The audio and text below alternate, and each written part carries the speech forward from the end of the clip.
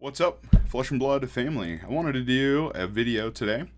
There was just kind of a check-in with all of you out there that maybe with, 1 week, as of the recording of this video, we are 1 weekend into national season.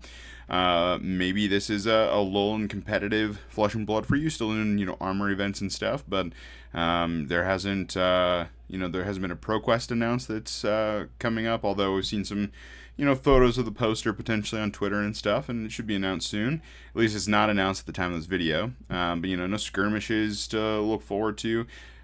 Maybe you need a way to refresh, and a way to reset, a way to, set Flesh and Blood down for a moment and do something else to look at the game that we love with fresh eyes. So, this is what this video is about, because I know for me that I need to do those sorts of things.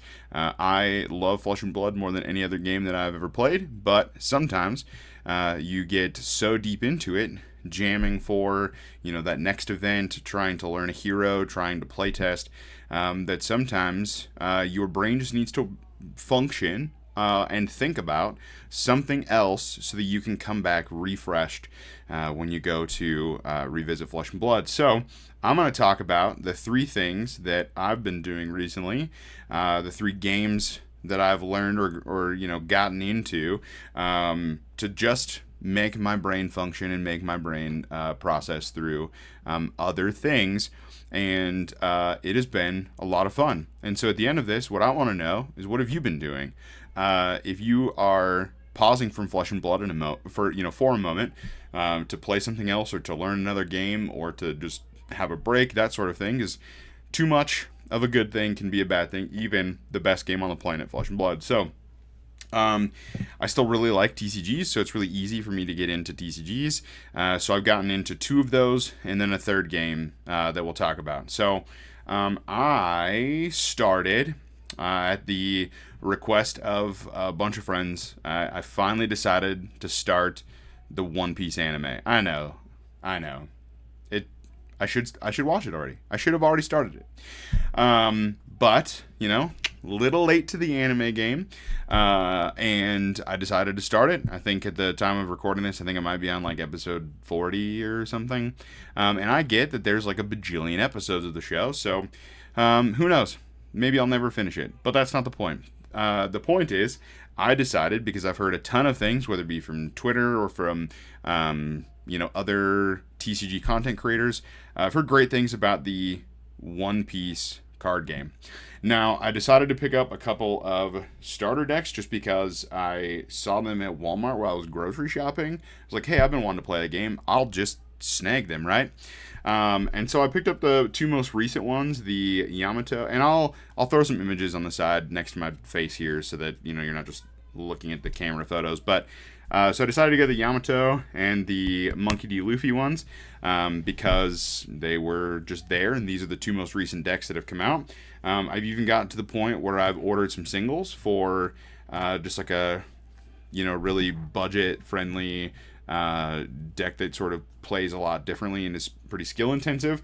For those of you that have played One Piece, or do currently play One Piece in addition to Flesh and Blood, I decided to play the Nami self-mill blue deck. I heard a lot of people say that it was super skill intensive, and so again, I wanted a way to stretch my brain and try something new. I will say that as far as the game, what it appears, now I'm no expert in any of the things that I'm about to talk about, so this is from the last month getting into this these games that I'm going to talk about, and so I'm no expert. But what it appears is that there's a lot of cards in One Piece that are fairly accessible, and kind of like Flesh and Blood, there's maybe just some outliers that would make a deck more expensive than if you cut just like 3 or 4 cards. That doesn't seem to be true for every deck. Like I said, this Nami deck was pretty budget friendly, but it seems, and I like stuff that's usually accessible, which the last game I'm going to talk about, you're going to be like, this guy is a liar. But the last one is just kind of a dream project that I've been putting off for a while. But as far as TCGs go, I like TCGs that are accessible and have a pretty easy path to get new players into. So I bought these starter decks. King's Table, Tony and I, we jammed a couple games with them. I've watched a bunch of gameplay for One Piece. I think it's got some really unique mechanics. It was a ton of fun. Apart from Flesh and Blood, it was some of the most fun that I've had with a TCG in a while. Like, we legitimately were able to just play the game and laugh and have a good time. And, there's obviously, for those familiar, there's some ridiculous looking characters in One Piece, and they're on the cards, and it's funny, and it's a really good time. So pick up some starter decks. I highly recommend the game. Like I said, it's unique. It's got some really fun mechanics with how characters attack each other and how life works in the game. Your decks have leaders, so like I showed earlier, like these are the leader cards for the two decks. So decks have leaders. They have characters, events, and stages. So there's not a lot of different card types in the game. And so it's pretty simple to pick up. It's got some, like other card games, like it's got some depth of complexity, but it's overall a pretty simple, straightforward game. So I really like it. I had a ton of fun. King's Table Tony had a bunch of fun, and I think we're going to, I know for me at least, if I had to pick a secondary game that, I don't have all the money in the world to spend and all the time in the world to spend beyond Flesh and Blood, and so if I had to pick something, I think I could see that being One Piece. I've had a lot of fun getting into the game. The second TCG, or the second of the three games that I'm talking about, is a TCG. And it is, now don't come at me in the comments, I'm going to give some additional information, I promise. The second one that I've gotten into is Lorcana. It's a Lorcana deck. Now, I've purchased a couple of the starter decks. A local LGS actually had some copies in stock at a reasonable price. And my daughter wanted to play it a lot. I wanted to try and get my wife into some TCGs, and so that's really what it was. With the market, if you've been following the Lorcana situation at all, the market's crazy. The supply issues to LGSs with the first wave launch. There's all sorts of things surrounding Lorcana, and this video isn't to talk about that. It's to talk about the game itself. If you can get your hands on some cards, I'm not going to be playing Lorcana Constructed anytime soon. Singles are too much, booster packs are too much, booster boxes are too much. I would, for a single box of Lorcana that a lot of people are selling online, I can get almost a case of some Flesh and Blood sets. So I would rather build more Flesh and Blood decks than play Lorcana Constructed at the time. But for the game itself, I like the card design. I like some of the gameplay mechanics. It reminds me a lot of Keyforge in that you have an opponent, but you're not trying to do something to them. And by doing something to them, that's how you win the game. You're trying to get to 20 lore, whoever does that first. That's how you win, is collecting that lore. So you can play really aggressively against your opponent, or you can just focus on yourself and the lore you're trying to ramp into.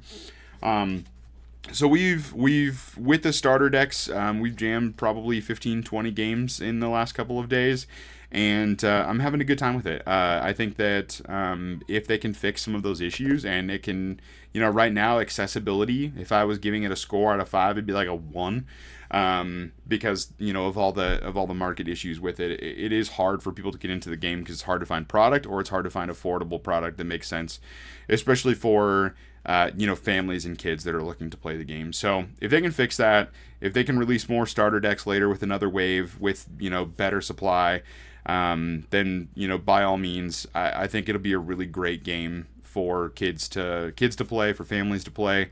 It's got some pretty simple mechanics. The gameplay is pretty simple. So all that to say, I've really enjoyed it. I hope that they fix those things because I want more people to enjoy it. I definitely have enjoyed playing One Piece more, but like I said, Lorcana has still been a lot of fun to play. So if you're thinking about it and you can find it at a price point that makes sense for you and your budget, then give it a shot for sure.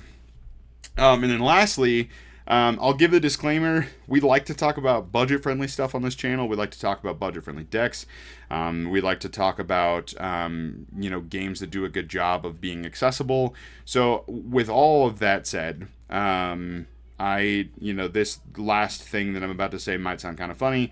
And honestly, we're playing on a game table in my basement, super casual. I'm not gonna play competitively, but I really miss painting. I got really big into painting miniatures like 2 years ago, I think, and I've been away from the miniature painting world for about a year, and I just wanted to get back into it. And so, we'll do it casually, just some. I think some people on the internet refer to it as poor hammer. But we'll do what makes sense for us, and I'm not looking to spend a bunch of money or play in tournaments or anything like that. But I like the world. I like some of the stories. I like the character designs, and I really missed painting. So I did get back into Warhammer a little bit. This is one of my Terminators. I decided to go Imperial Fist this time. I've never built Space Marines in the past, but I was able to find a Leviathan box. If you know anything about Warhammer, hopefully you know what I'm talking about. Or if you don't, you can just Google 40K Leviathan box. I was able to find one for super cheap. And so I figured, why not, right? Play with some friends, jam some games in the basement. I'm not looking to play this in tournaments. But, I want to get back in painting. Here's my little Imperial Fist. I should just give the disclaimer if anyone's like, oh, that guy can't paint. It's not finished yet, and I'm not a world-class painter, but my stuff also doesn't look like poo. It's all right, but I recognize I'm not a professional painter. But here's my little Imperial Fist. More so with miniature games, if it's not Warhammer that appeals to you, but you like miniature games, there's lots of great miniature games out there. There's even some that are far more accessible than this. If you like Star Wars, I know that like the X-Wing game, I've had a lot of fun playing that in the past. That's pretty cheap to get into usually. It doesn't take a lot of ships to form a squad. I do own a lot of Marvel Crisis Protocol. I'm a big Marvel fan. And that game is a lot of fun. The company that makes that game recently came out with Star Wars Shatterpoint, which is kind of like a Star Wars counterpart. And please don't leave comments saying that like Legion was the counterpart. I don't want to have an argument about Legion and AMG killing Star Wars games. I'm a part of enough AMG miniatures groups on Facebook to know your thoughts and opinions. This is supposed to be a positive video to find out what you guys like to do to refresh and recharge. So lots of great miniatures games out there. If you're interested in miniatures games, you don't have to play Warhammer. There's lots out there. If you are interested in miniature games and have questions, leave them in the comment. If I can't answer your question, I can refer you to cool YouTube channels or whatever to help you answer your questions. But ultimately, I want to wrap up this video and just say, I hope that whatever it is, if you're someone that needs to take breaks from good things to refresh the brain and to refresh how you approach your primary game, Flesh and Blood, because it's the best game. What is that thing that you do? How do you refresh? What games do you play? Do you play other TCGs? Do you play miniatures games? Is it just jamming some board games with your friends? Let me know. Let me know in the comments. Let us know on Twitter. Whatever. We love talking about games, whether it be Flesh and Blood or One Piece or anything like that. If you play One Piece, tell me what you're playing. What's your favorite deck right now? What's your favorite leader? Favorite colors? I'm really interested to dive into the game more. Or if you play Warhammer, what faction do you play? If you play Space Marines, what's your favorite faction of Space Marines? I just like talking about games. So yeah, leave a question below. Let us know like what are your thoughts? How do you refresh? How do you go through the process of sort of clearing your brain to just think about something else? And I know, some people aren't like that. Some people don't need that. But if you do, then I'm very much in the same boat with you. Welcome to the club of needing to take on a bunch of things to, make our brains function or whatever. But that's it for this video. Just thought it'd be a fun video to talk about and sort of engage with you guys and figure out what you guys do in between Flesh and Blood competitive seasons. So let us know in the comments below. Thank you so much for watching. We absolutely appreciate all the time that you've given us. We had a video recently. It was our very first video to go over 1,000 views. For a brand new channel with, I think we're at 14 or 15 videos, maybe this is the 14th. It's still humbling. It's not, you can get caught up in other, like other channels have this many views in every video or whatever. And I try not to do that. I try to celebrate the little victories and the victories that mean a lot to us now. And seeing a video actually get over 1,000 views meant a lot to me, because it was a throwaway video. It was a quick one. I didn't think that it would do very well, and it's done very well compared to all of our other numbers. So thank you so much. Thank you, thank you. I'm going to end this video now before I ramble. So have a great day, night, evening, morning, whenever you're watching this, and we look forward to seeing you in the next video.